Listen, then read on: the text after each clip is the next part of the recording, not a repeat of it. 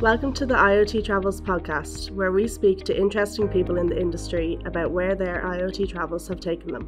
As well as discussing the industry, we also pick up some travel tips along the way. So on today's episode of the IoT Travels podcast, we have Sara Hill with us. Sara is the SVP for Southern US and Mexico. Thanks so much for joining us today, Sara. Yeah, thanks for having me. So you're going to talk about Austin today and how you were brought to Austin pretty much. Normally when people think of Austin, they think great food, good music. Can you tell us a little bit more about Austin from your own experience? Sure.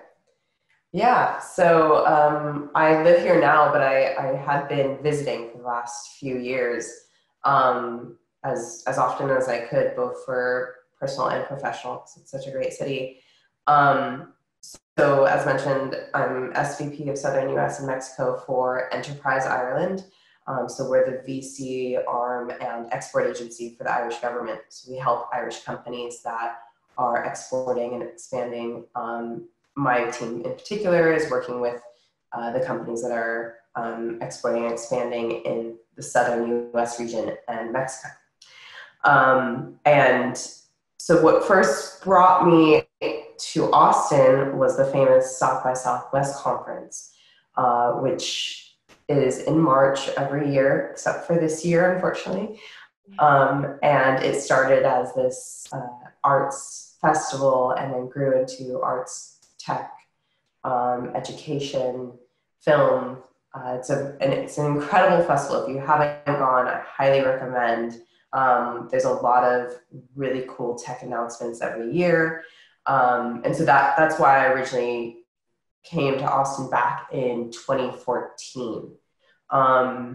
And it was really amazing to see because it does take over. They have the convention center, but it does take over the downtown. So you do get a little bit of a feel for the city, although it is completely transformed with the festival. So definitely recommend going to the festival and coming back to visit when the festival is not happening.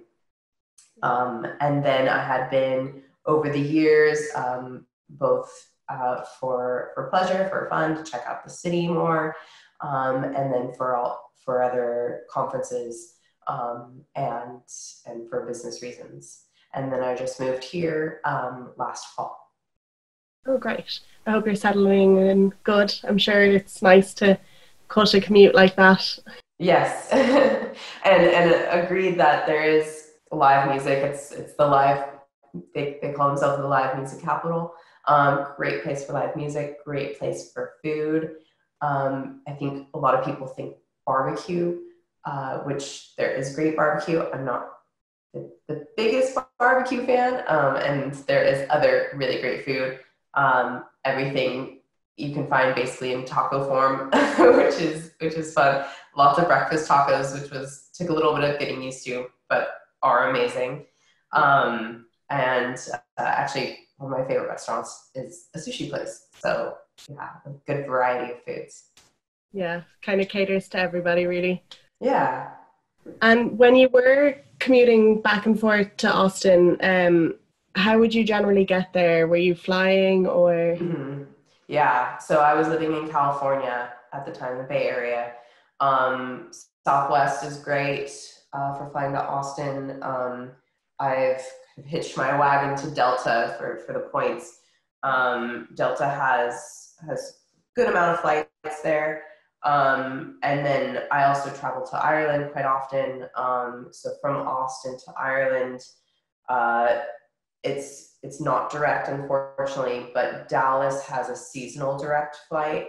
So that's handy because it's a really quick hop from Dallas to Austin. But mostly I would connect through Atlanta or New York to get to Ireland. But with California and everything, United, I think probably has the most. Delta, Southwest is great. Delta has a really good lounge in the Austin airport, so that's a. And when you were traveling to Austin for work, were you staying in a hotel or Airbnbs? Yeah, I've done both. So I think Airbnb really kind of got its momentum from the South by Southwest festivals and people renting out their homes here. So, of course, the first couple times I came for South by Southwest, stayed in Airbnb. Those were great. Got around with the bike share. There's tons of scooters and bike share programs. Too many, in my opinion. There can be a bit of littering of the scooters across the sidewalk. I think they're working on that. But yeah, plenty of Uber, Lyft. Not great for public transportation. No. They're working on a light rail, I believe, that's around the convention center. And then for other stays, there's some great hotels. The Driscoll's a really cool historic hotel that's right in the center of everything, right downtown. Also great to just go grab a drink there if you're not staying there. And then across the street, there's an Aloft hotel, which, is nice. I've stayed there as well. And it's perfect location, very central. There's JW Marriott, there's Four Seasons. There's a really cool kind of boutique hotel that I like called The Line. And it's right on the waterfront. It has this great wraparound balcony for a really nice view of the river. Definitely. Or it's actually the lake. It's a great view of Lake Austin. It looks like a river to me, but it's a lake. That's fair enough, yeah. So I know the IoT is one of the key sectors you work with within Enterprise Ireland. What is the IoT landscape kind of like in Austin? Yeah, it's varied. As mentioned, I got around with the bike share program. This was back in early 2014. So they had been experimenting with, smart city back then. And I would say that there's a little bit of everything. Walmart has a labs here. There's a lot of kind of middle layer focus on a lot of companies here. A lot of companies have kind of their second hub offices here. So, Dell is headquartered here, but and so is National Instruments, but Silicon Labs, Apple, Facebook, AT&T, they all have offices here. So there's a lot of kind of middle layer going on, and I think a lot of communications technologies as well. So it's great, I think, for IoT experimenting. A lot of different labs are out here. So there's a little bit of everything. I think it's just looking for, what's a fit for you. Yeah, there's a lot going on. Mm-hmm. Do you think Austin could be defined as a smart city, or is it not there yet? I think, it depends on your scale of smart city. You have cities in Asia that are being built from the ground up as fully smart. So, on that scale, it has a ways to go, right? We have so much legacy infrastructure that needs to get replaced with smart metering, smart street lights, all of those things. We don't have great public transportation. I think that, but as mentioned, they had bike sharing in 2014, or it launched in 2013, I believe. So I think it's a mix, and I think, Austin has been growing as a tech hub. It's just been exploding as a tech hub in the last few years, last even 5 years. So I think we're going to see an evolution and see it become smart a lot fast. Yeah, there's plenty of potential for it. Mm-hmm. Specifically within IoT and business, what would you recommend for anyone that is looking to do IoT business in Austin? I would recommend to know who you're targeting specifically and what departments, because as I mentioned, there's so many big brand name companies, lots of tech companies and middle layer companies. So know that, you know, the right department is here, and the people that you want to target and you want to talk to, make sure that they're here and they're not at one of the other offices. But if they're here, you know, they're probably more accessible than maybe in a very crowded market like Silicon Valley. Yeah. Would you say it's a bit more laid back in Austin? A bit more of a relaxed, like business? Yeah, I mean, it definitely has, you know, their slogans keep Austin weird. So there's a range, there's personalities, there's, I would say it is more casual, especially compared to like Houston or Dallas, which is, you know, more traditional, formal business environment. Okay, cool. So for someone that is gonna like thinking of visiting Austin, we just have a few questions about like the destination in general. Just kind of some tips or tricks that you'd give them. So first of all, what would be your favorite restaurant? I know you mentioned the sushi place, but if we could get a name. Yeah, so that's Uchi. It's a great one. Odd Duck, which is just up the street from that, is a good one as well. In terms of barbecue, I like Valentina's. Torchy's Tacos is a must. You can get your breakfast tacos there. And Royal Blue, which are these little markets that are all around downtown, and they have breakfast tacos as well, great sandwiches, and then it's kind of a specialty market. Yeah, sounds like you can get breakfast tacos anywhere. Yeah, pretty much. Everybody does them. They know what the people want. Yep. And what would be your favorite bar in Austin? Okay. Well, I saw in your questions that you had pub or bar, and I really like. I don't know if you could call it a hobby, but I love checking out new bars and different types of bars, from dive bars to like, you know, fancy rooftop ones. So I have different categories. So for pub, BD Riley's, definitely the Irish pub, right downtown.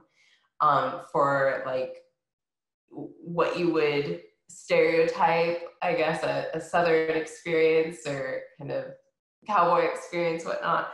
The White Horse is a really fun bar. They have line dancing and live music. It's really great. So definitely check that out if you're visiting. And then, but my favorite bar is a speakeasy. And you have to have an app to get in. So you download the app and then you request a reservation. And then, you know, they'll let you in, because it's a really small hidden speakeasy. They have, you know, only so much capacity, and it's actually run by Irish guys, and there's like all Irish people working there, which is pretty funny. It's called Here Nor There. Okay, here nor there. I'll write that down. So there's always somewhere to go, really, somewhere different. And I think that's definitely a hobby, discovering new pubs. Yep. You can call that a hobby. If someone is visiting, what is your must-see destination in Austin? I mean, besides the bars, well, I think a lot of people, you know, the bar scene is a huge part of it because of the great live music that's there. So on 6th Street, but that can get really overwhelming, because it's kind of like Temple Bar.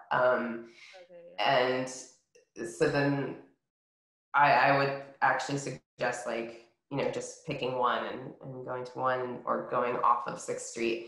I love Barton Springs, so to, you know, completely the other direction.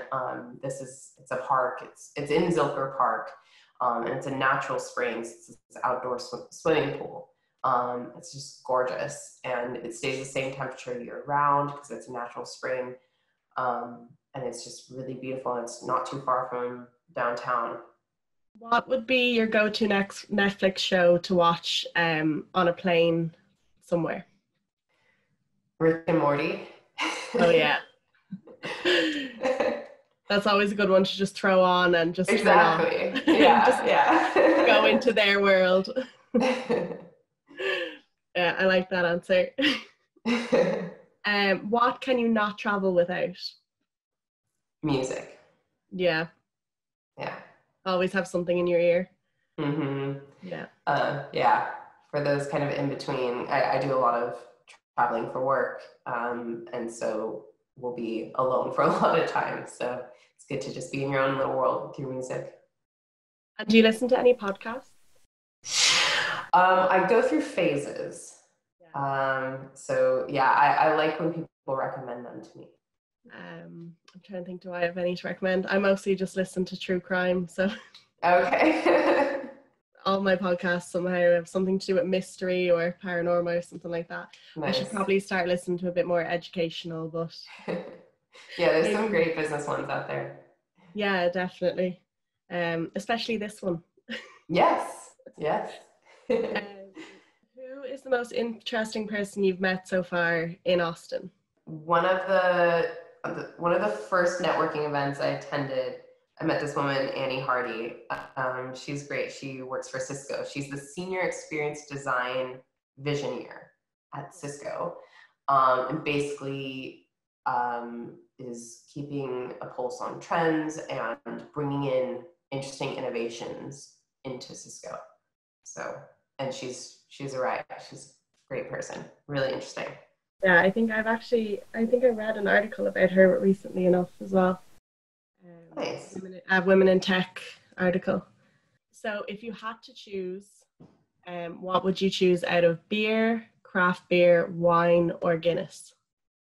Ooh, I kind of choose my drink on like the mood and the environment. So every time I go to Ireland, I always order at least one Guinness. I don't typically order Guinness here. It just doesn't taste the same.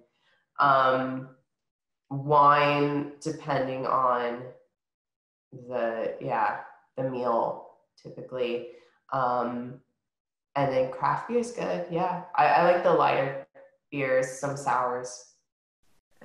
As an Irish person, I have never had a Guinness.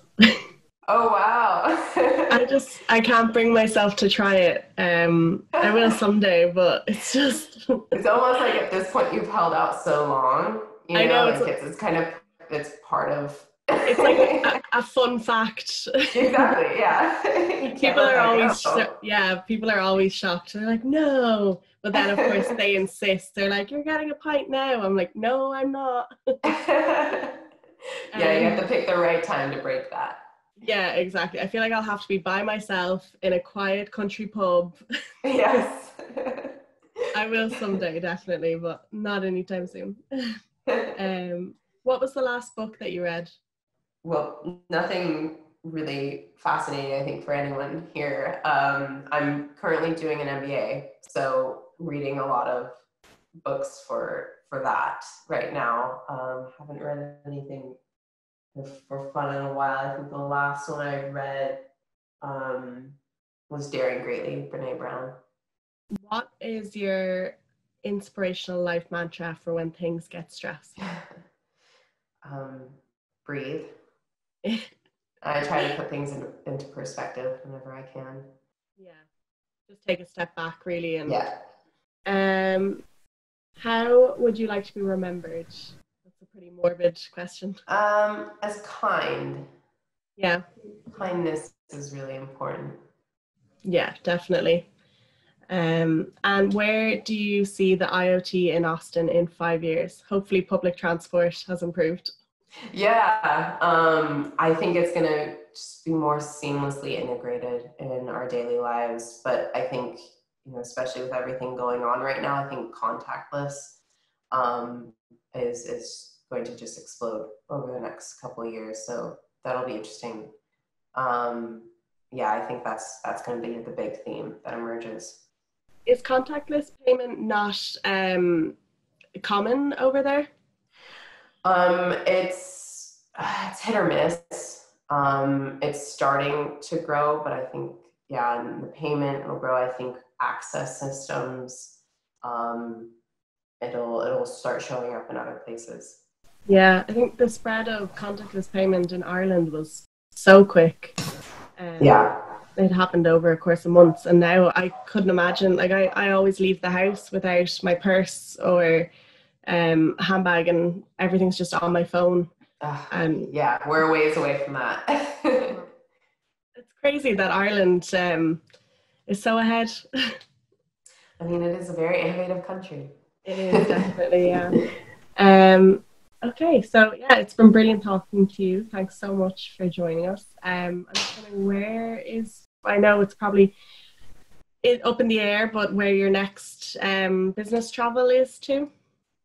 It'll probably be Ireland, and hopefully it'll be bringing some industry experts and thought leaders from the Austin, Texas area to Ireland to meet with our companies. You weren't able to come over in March for St. Patrick's Day, no?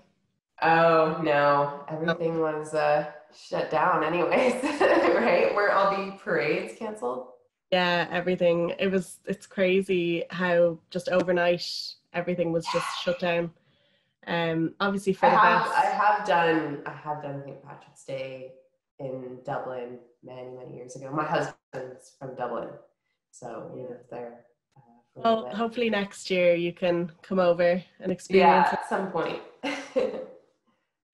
So if any of our listeners wanted to reach out to you, what would be the best way to catch you? LinkedIn is good. I'm on there a lot. Yeah.